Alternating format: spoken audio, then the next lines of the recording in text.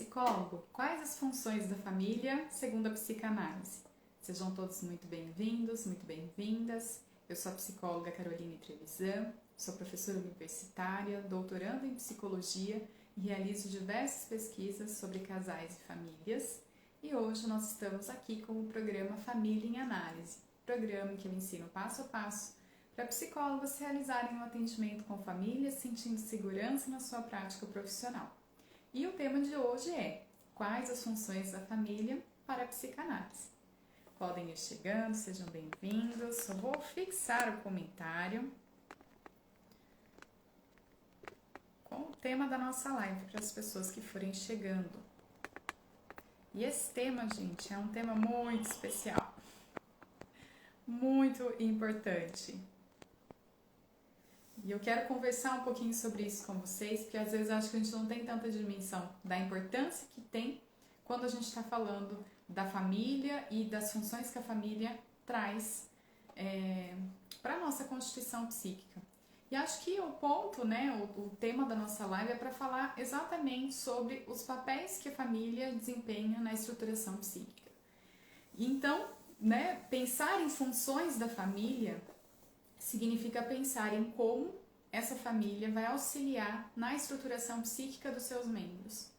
E aqui eu quero, antes da gente iniciar e aprofundar nesse assunto, dizer que nós não temos um modelo de família ideal em que, se tiver um determinado modelo, estrutura, entre aspas, que muitas vezes se associa a uma família nuclear, burguesa, que é pai, mãe e filhos. Isso não é um modelo de família ideal. Isso é um dos modelos possíveis e que nós temos vários outros, e nenhum deles a questão vai ser, o mais importante não vai ser a estrutura. Ou seja, se são dois pais, duas mães, uma mãe, não importa.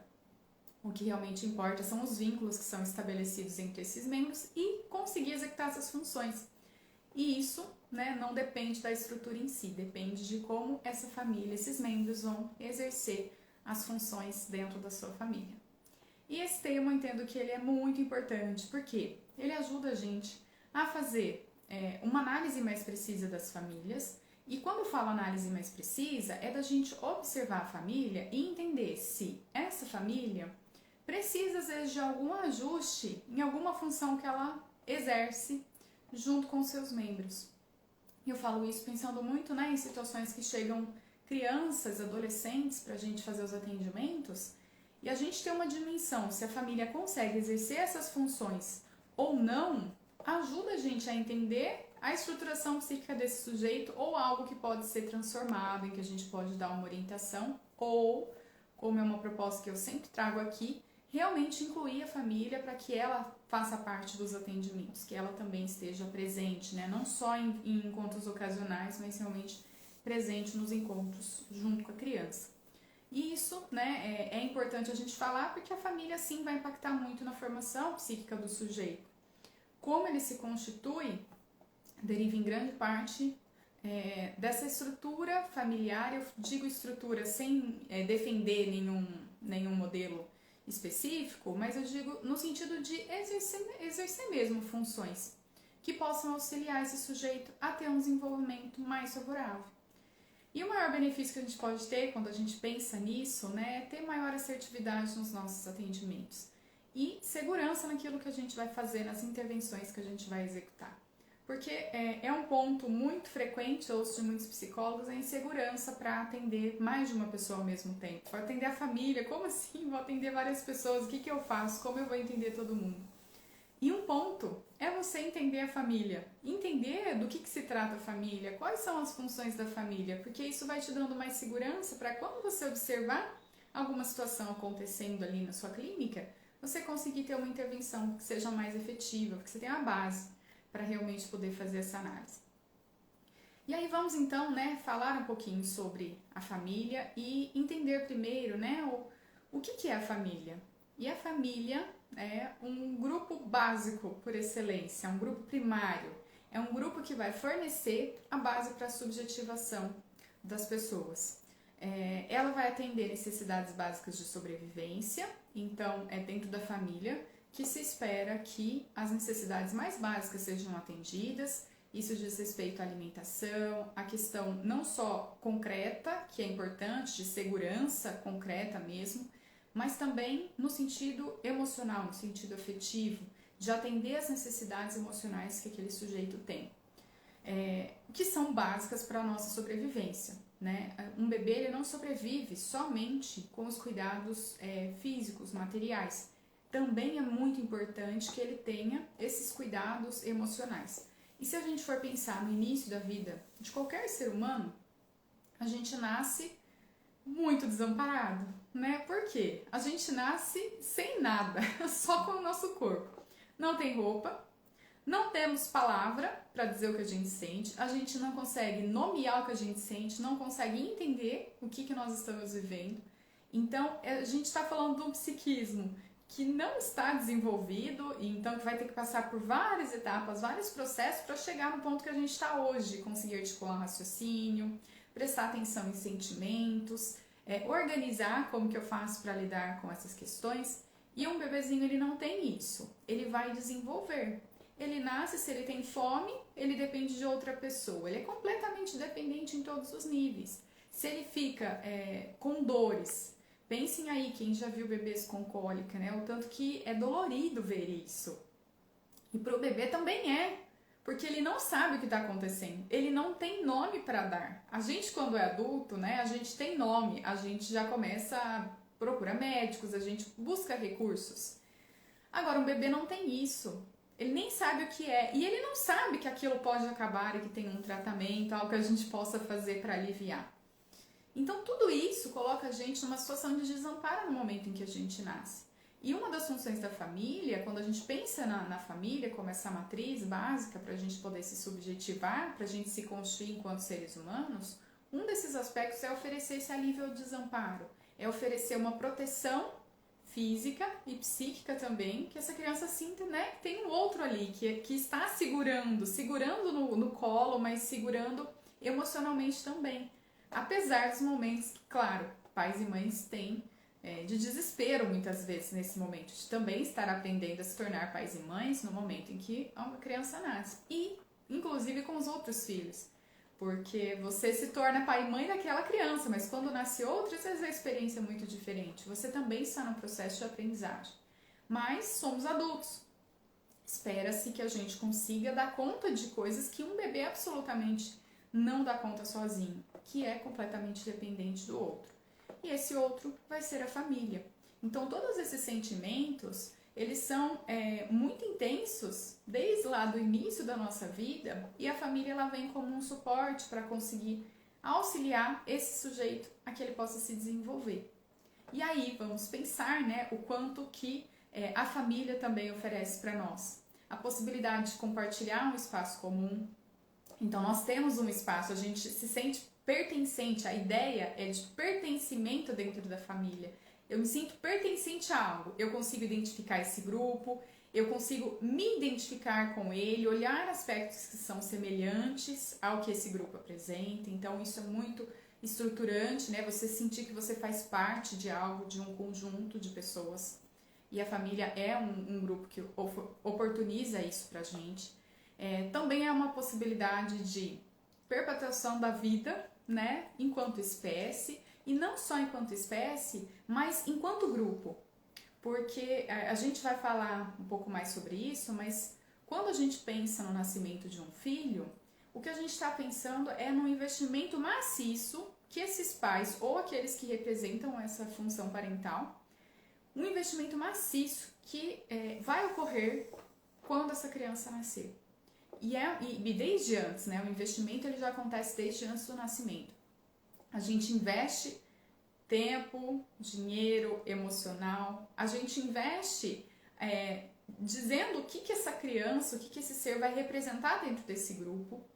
Então, o grupo, ele possibilita que a gente perpetue a vida, porque quando a gente tem um filho, a ideia é o quê? Transmitir aspectos que me representam enquanto grupo, enquanto família. E se espera, os pais investem querendo em contrapartida que esse filho dê continuidade a esse grupo. É uma forma de lidar com a finitude. Porque, e se eu morrer, não vai sobrar nada? E a gente ouve isso às vezes de pais, de mães, mas Você construiu tudo para nada, não vai deixar para ninguém, não vai passar nada para ninguém. E eu não tô falando só do sentido material. Isso acho que é não é nem o mais importante, mas eu estou falando nesse sentido mesmo de transmitir elementos meus que esse sujeito que vai nascer vai acabar recebendo. Então é como se eu continuasse a minha vida a partir da vida desses filhos e posteriormente de filhos que eles possam ter. Então vejam, né, o quanto que a família ela traz muito isso, né? De uma ideia de continuidade, uma possibilidade de ir perpetuando a vida e perpetuando no sentido mais macro a própria espécie, porque se a gente não tiver filhos, o que vai acontecer? Não temos, né? Enfim, não, em algum momento todos que estão vivos vão morrer e a gente não teria continuidade da nossa espécie. Então ter filhos é uma forma tanto de reprodução no sentido biológico, mas também no sentido simbólico. O filho, ele também vai, ainda que ele traga características dele, mas ele vai levar muito daquilo que são as referências que ele vai receber dentro da sua família. Então, isso é importante. E dentro de uma família, o que acontece? A gente vai ter essa perpetuação, ou seja, os pais vão transmitir vários aspectos aos filhos, mas essa família, ela também, ao longo do tempo, precisa ir acolhendo algumas modificações que vão acontecer. Então, a família é o espaço que vai dar essa matriz, essa base para que os sujeitos comecem a sua subjetivação. Ela vai oferecer um espaço de pertencimento, ela vai oferecer um espaço de acolhimento das angústias, de procurar aliviar o desamparo, atender as necessidades mais básicas e de ter uma perpetuação do próprio grupo por meio da criança, por meio dos filhos.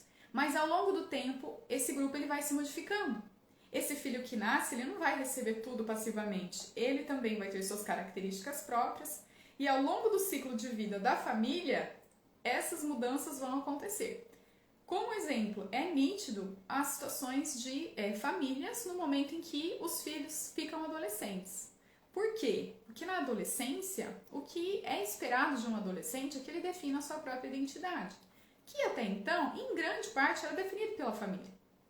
Mas na adolescência, a tarefa do adolescente é o quê? Ele tem que definir sua identidade, não só pelo que os pais trouxeram, mas a partir daquilo que ele identifica que faz parte dele.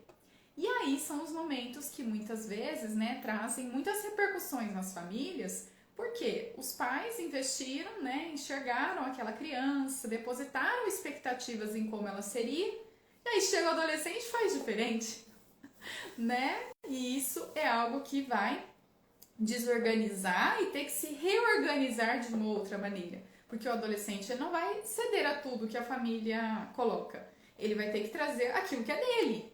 Veja, a gente não perpetua só o grupo quando a gente está falando da família, né? Vamos lá e a gente perpetua trazendo o que a geração anterior trouxe. Não, o que eu vou fazer é trazer elementos meus para essa geração, vou trazer elementos que são meus para que eu consiga também, né, ter as minhas próprias características, a minha individualidade, apesar do grupo. E o grupo vai ter que lidar com isso, com essas modificações, com essas transições. E aí são grandes oportunidades de demanda para a gente, enquanto psicólogos. Quer ter, assim, público, mas o que a gente vai trabalhar com família? Olha a criança, olha adolescente, e vocês vão observar, são muitas transições. É uma transição do casal deixando essa vida afetiva somente dos dois, né, de uma troca entre essas duas pessoas, para passar a assumir um novo papel, uma nova função, que é a função parental. E isso muda também a vida em casal. É só também conversarmos com casais, que aí é outro público que chega pra gente, uma demanda muito comum os casais nos procurarem, porque eles sentem que se distanciaram depois do nascimento dos filhos. Especialmente, né, quando a gente está falando de filhos pequenos, filhos até por volta de uns 3 anos, que demandam muita atenção. Ou às vezes é uma família que não tem uma rede de apoio muito forte, então esse casal tem que dar conta de muitas coisas no desenvolvimento dessa criança, nos cuidados básicos, nessa matriz de apoio para a criança se desenvolver. E aí os casais chegam com essa demanda, né? Eu não sei, a gente se distanciou, a gente foca muito na parentalidade, em ser pais, mas tá faltando a vida de casal, a vida dos dois, esse outro componente que também faz parte da família. Então isso são transformações que as famílias vão vivendo. Família, gente, não é alguma coisa fixa, que sempre vai ser aquelas mesmas características. Ao longo desse ciclo de vida da família, ela também vai se transformar. No momento de união amorosa, né, no início desse encontro, no momento do nascimento dos filhos, isso se transforma. As várias etapas que o filho vai passar, que são vários lutos que a gente tem que fazer enquanto pais, porque precisa ser feito, né? Não é mais um bebê, começou a crescer, começou a se separar, quando começa a falar não, começa a se posicionar. Isso já vem desde da criança novinha, mas claro, quando vem a adolescência, aí é como se fosse um boom, né? Que se intensifica muito mais e o próprio adolescente está passando por muitas mudanças. E a família também, mudanças mas quem é essa pessoa? O adolescente tem que se definir e a família também fica, mas o que eu faço? Não sei o que fazer. Né? E essa mistura, né, da adolescência, de hora ser tratado como uma criança, hora ser tratado como um adulto, não é nenhuma das duas coisas, é um meio termo, e esse meio termo também dificulta muitas vezes saber como a gente se posiciona ou não enquanto pais. Então isso traz pra gente alguns aspectos importantes para se pensar da família. Ela muda, ela se transforma. Só que essas mudanças às vezes são muito difíceis. E aí entra o nosso papel em poder facilitar esses processos de mudança, esses processos de alteração. Quando a gente fala da família, a gente também está falando da própria função de procriação, né? Então a gente está pensando em procriar, em ter outros filhos, em dar sequência ao grupo familiar. Mas a gente também fala de uma transmissão simbólica. Essa transmissão simbólica significa que vamos pensar no simbólico como todos os elementos culturais, valores, normas, crenças. O símbolo sempre como algo que representa algo, né? O símbolo, ele representa alguma outra coisa. Ele é um símbolo. Então, a gente tem vários símbolos. A gente tem a nossa linguagem, a nossa fala, as palavras. Isso é uma transmissão simbólica. E isso vai variar dependendo do contexto que a gente está. Se a gente está no Brasil, se nós estamos nos Estados Unidos, em qualquer lugar que a gente esteja, essa transmissão vai ser muito atrelada àquilo que a gente vive, a essa nossa experiência cultural. Hábitos alimentares, até como cuidar de bebês, tudo isso traz um componente cultural. E a gente transmite esse simbolismo para os filhos, para as crianças. Aqui entra também um aspecto religioso, se houver ou não houver dentro da família, isso também vai ser transmitido. Valores, crenças, ideais, o que essa família entende que é a função da família para eles, né? O que essa família representa para esses membros, por que ela existe, os mitos que estão relacionados à origem dessa família, que representa essa família, tudo isso vai ser transmitido para esses filhos. Então a família ela tem muito essa função também de transmissão simbólica, de transmitir valores, regras, nós vamos ver isso daqui a pouco, transmitir a própria questão da língua, transmitir maneiras de agir, costumes, práticas e formas de se relacionar também, porque se vocês observarem em diferentes partes do mundo, vocês vão observar que a forma como as pessoas se relacionam é muito diferente. Nós temos aqui no Brasil um elemento muito o quê? De uma proximidade, um toque físico, de abraço e beijo, a gente se cumprimenta muitas vezes assim. E quando a gente está falando em outros países, às vezes a gente escuta brasileiros que vão para outros países e trazem assim, nossa, eles são mais frios. Nossa, né? Vamos marcar um evento, por exemplo. É muito comum no Brasil a gente marcar um horário e as pessoas entenderem que a gente não cumpre o horário. Que se eu marquei às 8 é para chegar às 8h15, 8h30 ou 9 horas. Quando a gente vê culturas de outros países, não, marcou às 8 é às 8. E eles ainda marcam o horário de término, das 8 às 10. Então, a gente observando isso, que isso é uma transmissão simbólica. Eu estou transmitindo uma cultura que cada um, esses pais, eles já receberam antes e que eles vão transmitir agora para os filhos, esperando que os filhos também internalizem isso e transmitam para as próximas gerações que virão. Porque isso é algo que é importante dentro desse contexto, dentro dessa cultura e especificamente dentro dessa família. Então, essa questão de achar que existe, às vezes, um distanciamento emocional, são formas diferentes de se relacionar. E não tem forma certa ou errada, né? Claro que a gente pode ter vínculos que sejam patológicos, mas por si só, abraçar e beijar ou não, né, ser um pouco mais reservado nesse sentido, isso é um aspecto cultural. A família vai transmitir isso para os seus filhos. E esses filhos podem ou não aceitar e transmitir isso para outras gerações. Também, como eu disse para vocês, é importante a família como essa sensação de pertencimento.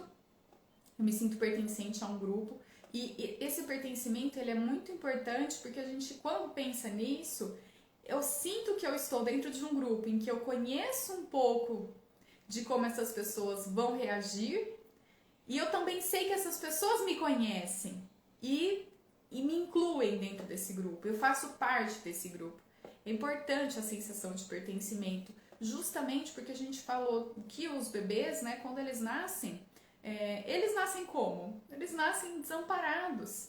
Então, estar dentro de um grupo, ser incluído, sentir pertencente, que as pessoas estão ali, né, te incluindo, isso é um ponto muito importante para a nossa estruturação psíquica, para a nossa sensação de segurança, para a gente poder mesmo construir a base da nossa identidade. E aí entra a questão da identidade, porque quando a gente está dentro de uma família, a construção da nossa idade, ela vem muito pelas identificações que a gente vai fazendo. E a identificação é o quê?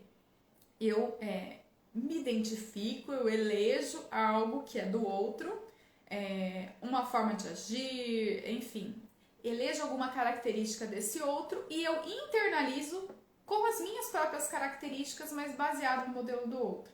Então, quando a gente fala de identificação, eu olho para o outro, vejo algum componente ali que me ressalta de alguma maneira e eu vou internalizar do meu jeito, mas eu vou internalizar a partir dessa referência inicial.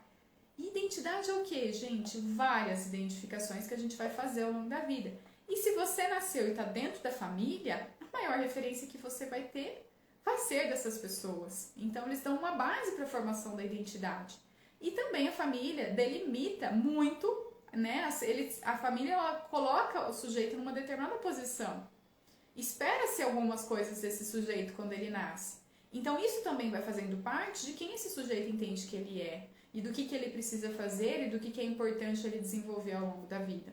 E isso é um referencial. É um referencial para a gente se constituir, para a gente poder dizer quem nós somos. Como eu disse para vocês, quando a gente fala da adolescência, o adolescente ele vai passar por um processo de transformação, de mudança.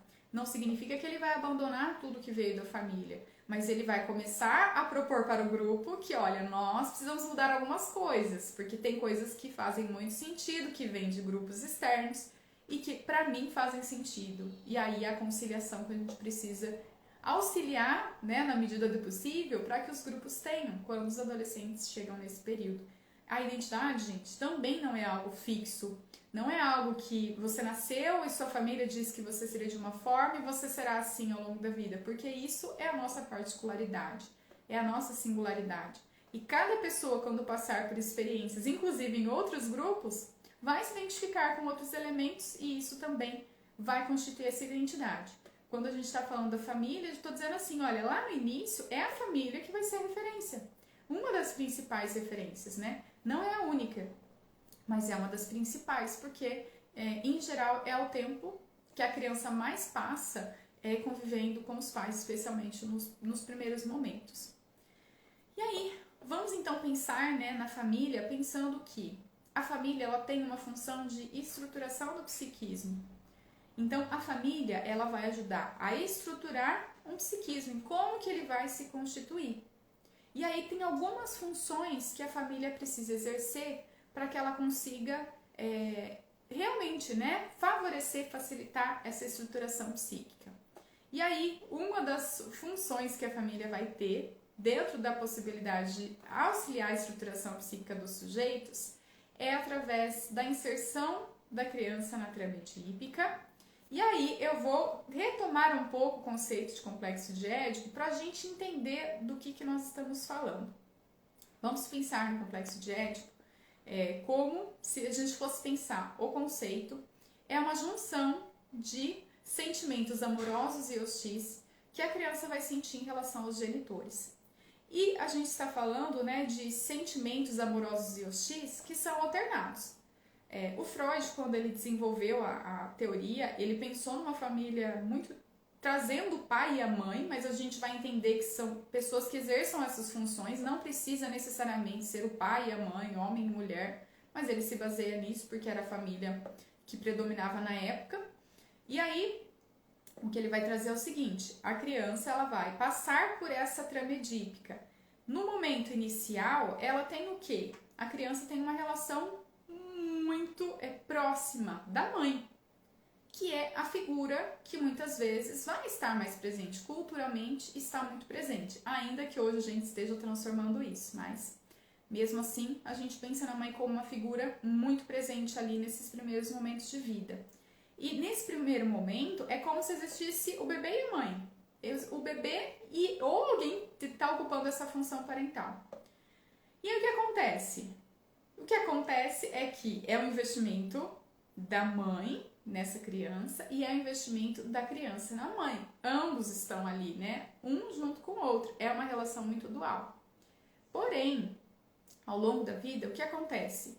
Nós não temos relações fusionadas, grudadas, que a gente só fica com aquela pessoa e tudo bem. Nossa vida é o quê? Também ficar de fora de várias coisas. É não pertencer a várias coisas. E aí a gente pensa no Édipo. O Édipo vai trazer o que a gente fala que é a triangulação das relações. E aí quando a gente pensa no triângulo, a gente está pensando, por exemplo, a criança que tem a criança, a mãe e o pai, ou quem faz essas funções. O que acontece? A criança, ela pode ter uma relação aqui com a mãe muito forte. Porém, veja, a mãe tem uma relação com o pai, da qual a criança não faz parte, a criança está fora. Então aqui, ó, não dá. Existe o quê? Uma diferença em que nós não faremos parte de todas as relações, de tudo aquilo que as pessoas vivem. A gente não vai ter essa relação em que o outro sempre vai me atender as minhas necessidades. E que as pessoas são individuais, elas estão dentro de um grupo, mas ao mesmo tempo elas também vão ter particularidades que são delas e que nós ficamos de fora. E aí a criança ela vai viver então essa experiência de desejo, de sentimentos e desejos amorosos e hostis em relação aos pais. Então, quando a gente pensa no mito de Édipo, a gente está falando, né, da situação de Édipo quando mata o seu pai sem saber que ele era seu pai, acaba chegando onde a sua família biológica residia, né? Ele não sabe que ele matou o próprio pai no caminho até chegar a esse local. E ele acaba desvendando um enigma que estava ali trazendo um prejuízo muito grande para a cidade. Como o rei não volta, que o rei era o pai dele, o que vai acontecer é que ele vai ser recebido com muitas boas-vindas. E já que ele solucionou esse problema desvendando o enigma da esfinge, ele vai poder então tomar como esposa a rainha, já que o rei havia morrido. Não se sabia quem era o rei. Édipo não sabe que o rei é seu pai. Édipo não sabe que ele matou o rei. Ele teve um encontro ali num caminho que ele estava transitando para outro local. Mas ele é muito bem recebido, muito bem acolhido. Então, né, assuma a rainha. Você pode assumir essa função porque você nos salvou. E aí eles casam com a própria mãe. Depois o mito ele vai trazer, né, o momento da descoberta, o quanto que é muito doloroso, né, que realmente ele descobre que ele mesmo matou o pai, e isso não foi intencional, mas aconteceu. E o Freud ele parte desse mito para trazer para a gente um pouco de como são os sentimentos que nós vivenciamos lá nesse início de vida. Porque nós vamos sentir isso. O Freud vai dizer, olha, o menino vai estar ali com a mãe e ele vai querer estar com a mãe. E no momento em que vier o pai e o pai quiser tirar a mãe ou dormir junto com a mãe, fazer coisas com a mãe do qual a criança não participa, o menino vai ficar com raiva do pai. Ele queria ter a mãe para ele, né? Mas não dá. E, gente, se não tem pai, mas tem emprego, tem outras situações que levam não tem como ter uma dedicação exclusiva, né? Nossa vida ela é composta de vários âmbitos. E isso vai causar o quê? Momentos, né, de desejos amorosos e, ao mesmo tempo, hostilidade com relação aos genitores. Isso se alterna, tá? Não é só o menino com esses sentimentos amorosos em relação à mãe, mas também em relação ao pai. O que nós estamos falando é o seguinte, não dá, não vai ter só você e alguém e o resto do mundo não existe. Você vai estar sempre em relações em que as pessoas têm outros aspectos de vida, relações que você não faz parte. E isso traz angústia pra gente. Traz angústia porque, né, quando a gente pensa em alguém ali muito ao nosso lado e essa pessoa como se fosse uma dedicação exclusiva, parece que isso alivia aquele nosso desamparo inicial. Mas aqui a gente está dizendo, ó, não dá. Nós vamos ficar de fora. E aí a gente vai dizer que esse período, ele vai passar pra gente algumas delimitações. Por exemplo, filho não pode ficar com a mãe. Ficar com a mãe num sentido amoroso, que a criança não tem isso, tá? E na visão que nós temos de adulto, mas a criança ela não vai poder estabelecer uma relação amorosa com a mãe. A mãe vai ter com o pai ou com quem quer que seja, com outra mãe, enfim, com quem quer que execute isso. E se não tiver ninguém? Mesmo assim, isso não é possível. E a trama edípica é o momento que a gente coloca para a criança assim, olha, não dá para ter a mamãe. Você pode procurar alguém como a mamãe, mas a mamãe não dá para ter. A mamãe ou o papai ou quem quer que esteja ali exercendo isso. Mas não dá, esta pessoa, desta outra geração, você não pode ficar com ela. E isso é o quê? É um dos maiores interditos que a gente tem na nossa sociedade, que é o tabu do incesto. Então, o tabu do incesto traz pra gente o quê? Não podemos ficar amorosamente com pessoas da nossa própria família. Isso é algo que é proibido. Inclusive, quando a gente vê histórias como essa, causa um mal-estar profundo. Porque é algo que já vem transmitido de várias gerações. Não é possível. A gente precisa ter um distanciamento familiar no sentido de que eu vou construir uma nova família com outras pessoas e não com essas que são a referência. Por quê? Porque se eu continuasse com essa, isso seria uma briga constante entre pais e filhos, né? Em quem que vai ficar com quem e, consequentemente, a gente acabaria tendo uma destruição do próprio grupo. Então, a trama edípica, ela coloca pra gente, primeiro, né, que existe um triângulo e que você não vai estar presente em tudo. Isso já é uma dor gigante, né, que a gente vai passar. Coloca que você vai ficar de fora e todas as situações que a gente se sentir de fora ao longo da nossa vida, elas remetem a essa vivência anterior. Situações de ciúmes, né, que eu queria estar com aquela pessoa e eu não posso, remete a essa primeira vivência. Coloca pra gente que existe uma diferença de gerações, porque cada geração tem um papel a cumprir e filhos não vão ter relações amorosas e sexuais com os seus próprios pais, com a sua própria família. Então é uma diferença. Cada um com a sua geração, cada um com o seu momento. E isso é algo que é fundante para a sociedade, porque como eu disse, se a gente tivesse, né, pais disputando com filhos quem fica com a mãe, isso acaba no quê? Acabaria nos outros interditos que nós temos, né? A gente não pode matar os próprios pais. Isso é um outro tabu, não é possível. Também nos causa muito desconforto se os filhos matam os pais. Você também não pode matar os irmãos, porque eu matei o pai, mas aí tem outros irmãos. Quem fica com a mãe? Não pode. A gente vai ficar sempre nesse ciclo constante de destruição. Então, isso é colocado, esses tabus eles são colocados para a própria manutenção social. Para que existam regras que regulem como a gente vai se relacionar e permitam que a gente consiga ampliar, né? Ampliar as nossas relações e colocar cada um dentro de um determinado local, né? De uma determinada função. Aí o Édipo também traz a hierarquia, porque ele vai justamente trazer as normas. Ó, não pode, não vai fazer isso, você não pode fazer tudo o que você quer. A gente vai transmitindo isso para a criança. E a trama edípica, gente, ela não é vivida só pela criança. A família também vive. Porque fala para uma mãe, e muitas vão relatar isso, o quanto que é difícil, por exemplo, quando elas deixam de amamentar.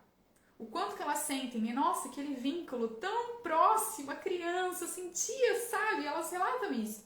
Eu senti o quanto que estava próximo, assim, né? E parece que agora é como se a gente não fosse mais ligado. Né? Quantas vezes a gente escuta isso? Ou quando as crianças vão para a escola a primeira vez. Ele foi embora e nem me deu um tchau. Veja, a separação que a gente está dizendo que o Édipo traz, de se separar, de cada um ter sua vida, não é só a criança se separando da sua mãe, da sua família. É a família também se separando e permitindo que a criança tenha outras experiências. E entendendo que, olha, não vai ser, o filho não vai satisfazer todas as suas necessidades. Você continua desamparado no sentido de que você é uma pessoa sozinha. Não, mesmo tendo um filho, investindo muito, isso não vai estar ali concretizado de que é uma relação, pronto, agora a gente está ali como se fossem metades de uma laranja unidas. Não, isso não vai existir. Então, é importante.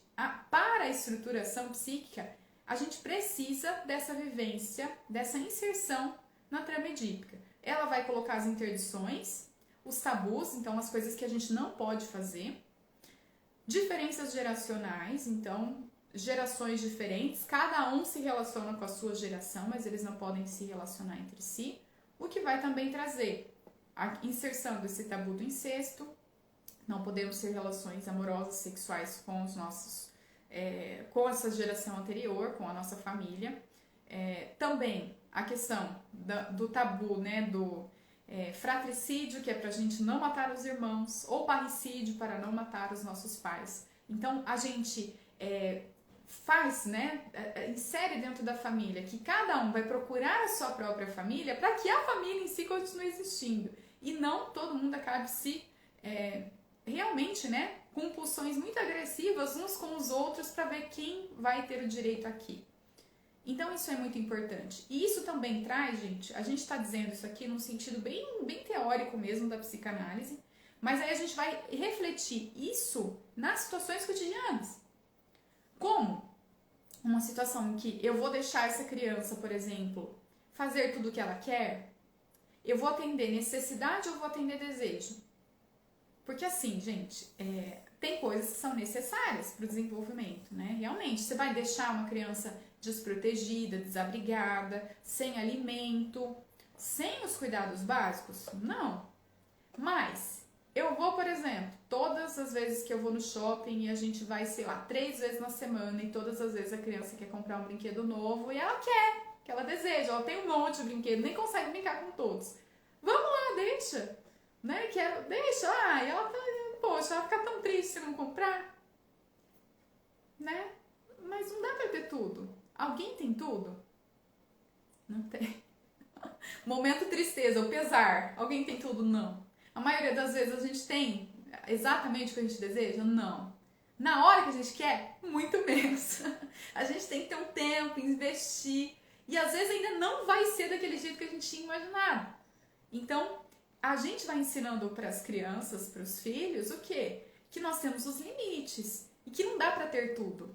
E o ambiente familiar, quando a gente fala dessa inserção na trama edípica, a gente está dizendo assim, o ambiente familiar, ele vai colocando frustrações que a vida vai colocar, mas ele vai colocando frustrações num ambiente relativamente seguro para que a criança consiga ir aprendendo a desenvolver o seu psiquismo e aguentar a frustração.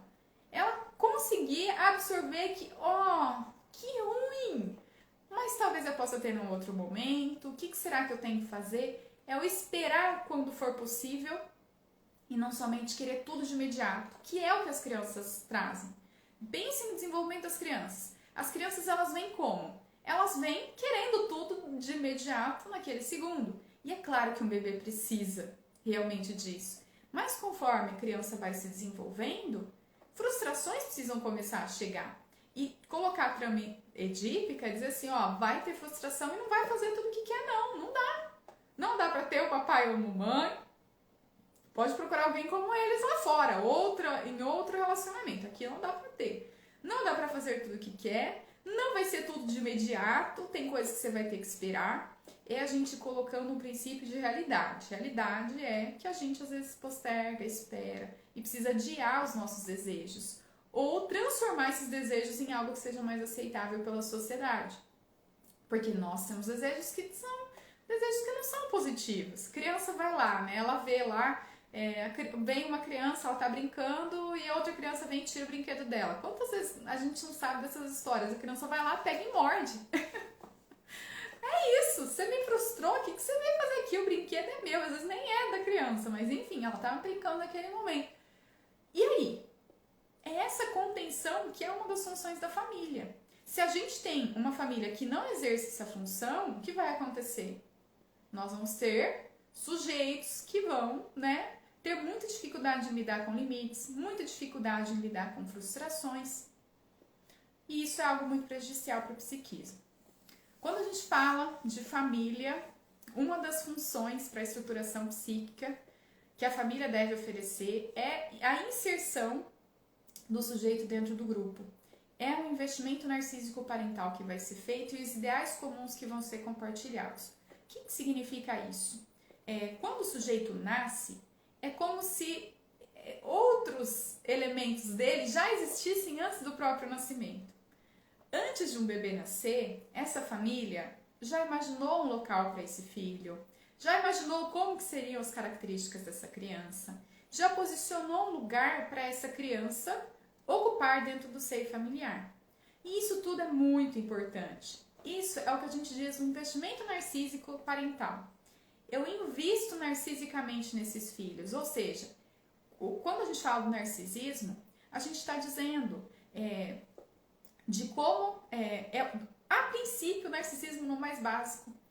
O Freud ele vai trazer pra gente como aquele sujeito que olha, tem um apaixonamento por si mesmo, que valoriza os elementos de si mesmo, né? O mito de Narciso traz um Narciso que não pode ver a própria imagem, porque quando vê a sua imagem, ele se apaixona por ela ao ponto em que ele não consegue fazer mais nada. Ele vê sua imagem ali num lago e ele não consegue fazer mais nada a não ser admirar a sua própria imagem ali no lago. E isso leva à sua decadência e morte, porque ele não consegue sair nem sequer para se alimentar, para tomar água, os critérios básicos de sobrevivência, ele acaba morrendo. Então o narcisismo, ele traz muito desse esse valor que nós trazemos a alguns elementos nossos. E, gente, não confundam com autoestima, tá? Autoestima é a gente dar conta de olhar pontos positivos e negativos que nós temos e lidar com isso. Quando a gente está falando de narcisismo, a gente está falando muito mais num sentido olhar o positivo, ignorando o negativo e não sabendo lidar com ele. Quando a gente fala de uma situação mais acentuada, de algum problema realmente mais acentuado. E aí o narcisismo, a gente diz que quando os pais se tornam pais, a gente tem um renascimento do narcisismo. O que significa isso? Os pais vão olhar para os filhos e todos os desejos que eles tinham que não foram realizados, tudo aquilo que eles passaram, que eles sofreram e que eles não queriam ter vivido, eles vão querer que os filhos não vivam, eles vão querer dar tudo que não tiveram e não dar coisas que tiveram e que acharam que foram negativas, que foram ruins. É como se o pai olhasse para o filho como se fosse uma extensão dele. E como se, quando ele fizesse para o filho, ele estivesse fazendo para ele mesmo, a versão dele mesmo do passado que não pôde ter aquilo. E aí ele quer executar isso com os filhos. Então os pais, eles investem muito. É muito investimento emocional. E esse investimento também vai designar, olha, esse aqui, eu não consegui ser médico, mas esse aqui vai ser. Estou dando o exemplo da profissão, mas pode ser em qualquer outro sentido. Ou, aqui na nossa família, os filhos mais velhos, eles devem seguir com aquilo, empresa, enfim, com o que nós temos aqui dos mais velhos, da geração anterior. E aí o nome, às vezes o nome localiza. O nome é o mesmo nome do pai, é o mesmo nome do avô. Isso está trazendo um lugar, um direcionamento. O que se espera colocando o mesmo nome?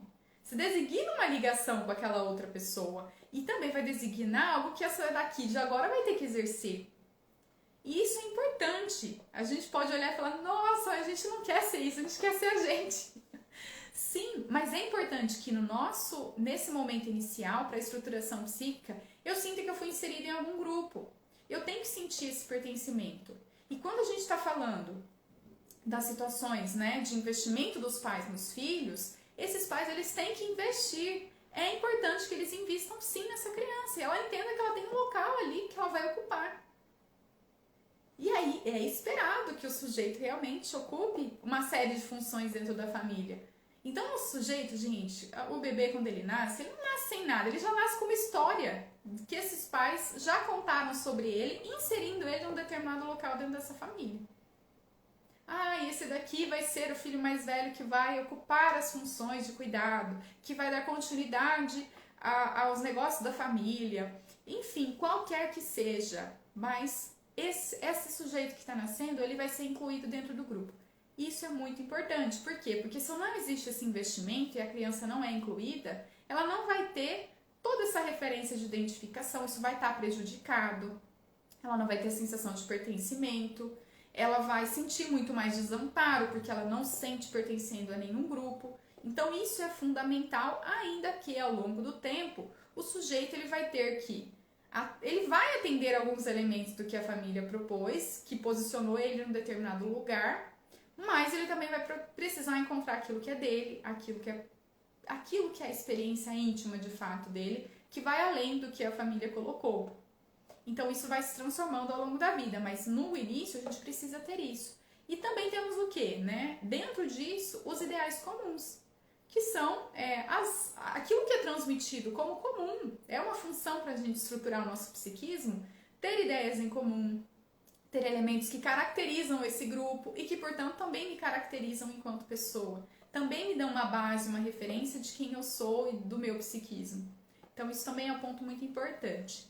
E quando a gente fala da estruturação psíquica, para que ocorra a estruturação psíquica, uma das funções da família para favorecer isso é também apresentar o quê? As interdições da própria cultura, as identificações dentro da família. E quando eu falo da cultura e da família, eu estou dizendo assim, o que eu recebo do meio mais amplo? Não é só do seio familiar em si, mas num sentido mais amplo, mais macro da sociedade, esta família, ela absorveu alguns elementos sociais, vários inclusive. Ela vai, por exemplo, internalizar a língua, costumes, muitos valores, talvez a crença religiosa, muito provavelmente. E essa família ela vai se identificar com alguns desses valores culturais e isso também vai ser transmitido para a criança. Veja que é uma transmissão do grupo. E aí a gente olha e pensa que o sujeito se desenvolve sozinho. Não, é tudo íntimo, particular dele sozinho, não tem vínculo a ele. De jeito nenhum. Tem a cultura. A cultura transmite para que os grupos familiares deem sequência na cultura, deem sequência na própria perpetuação da espécie. E a família vai internalizando isso. E quando vem os novos membros, esses novos membros, eles vão internalizar esses elementos culturais. E aí vão trazer elementos dele ao longo do tempo, que talvez mudem do que aquilo que ele recebeu, mas tendo como base toda essa questão familiar que veio da questão cultural. Essa transmissão cultural ela é muito importante. E outro ponto é que dentro disso, as famílias também elas vão ter uma funções egóicas e funções superegóicas. Em outras palavras, a gente está dizendo que a família ela vai ter uma função egóica no sentido de uma organização. Quando a gente fala do ego, a gente está falando da instância psíquica que é responsável por lidar com a realidade. E é importante que a família auxilie na organização, na estruturação desse ego, para que esse sujeito ele consiga lidar com a realidade de uma maneira organizada. Ele consiga olhar os elementos que existem no meio e ponderar como, quando que eles vão conseguir trazer algum resultado. E aí, funções superegóicas também, porque o superego ele vai ser essa instância crítica, responsável por todas as questões de regras, de limites, de referencial do que pode, do que não pode, você não deve fazer, de um ideal de ego, ou seja, qual que é o ideal que você precisa atingir. Essas funções, elas são muito importantes, porque elas dão referência para que a gente viva com limites, lide com as frustrações e, consequentemente, consiga viver em sociedade. Do contrário, mesmo no contexto social mais amplo, se eu atender sempre aos meus desejos e eu fico com raiva de alguém, eu mato essa pessoa. E aí vai ficar uma guerra em que está todo mundo se matando e civilização não existe assim. As regras elas servem para nos organizar. Mas elas não podem ser muito extremas, por isso que as funções egóicas também são importantes, porque o ego ele vai ponderar até onde preciso seguir algumas coisas ou até onde isso é um exagero e os desejos podem ser atendidos sem causar grandes prejuízos. Então a gente vai também olhar a família oferecendo essas funções egóicas e superegóicas. Sendo assim, gente, vamos fazer aqui uma ponderação. Quando a gente está falando, então, de estruturação psíquica, a família ela tem uma função muito importante para auxiliar na estruturação psíquica. Ela vai ter 3 funções que vão auxiliar na estruturação psíquica. Uma delas, então, é inserção na trama edípica, colocando interditos de desejos incestuosos, delimitando as diferenças geracionais.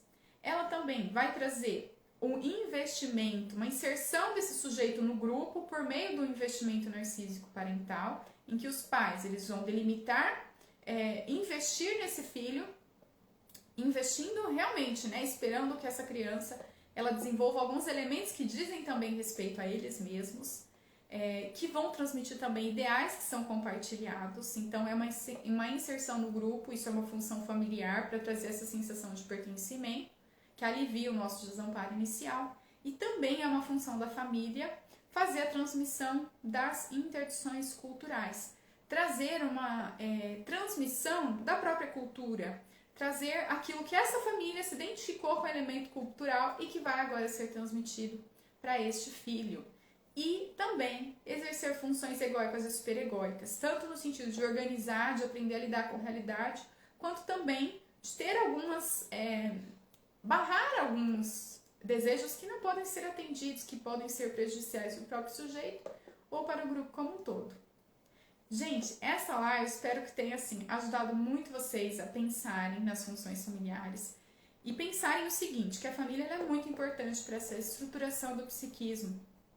E quando a gente observa falhas ou dificuldades nesse processo, a gente pode ter, consequentemente, mesmo no nosso paciente individual, uma dificuldade de realmente, né, conseguir se organizar, se estruturar e que pode trazer algum tipo de sintoma ou psicopatologia no futuro.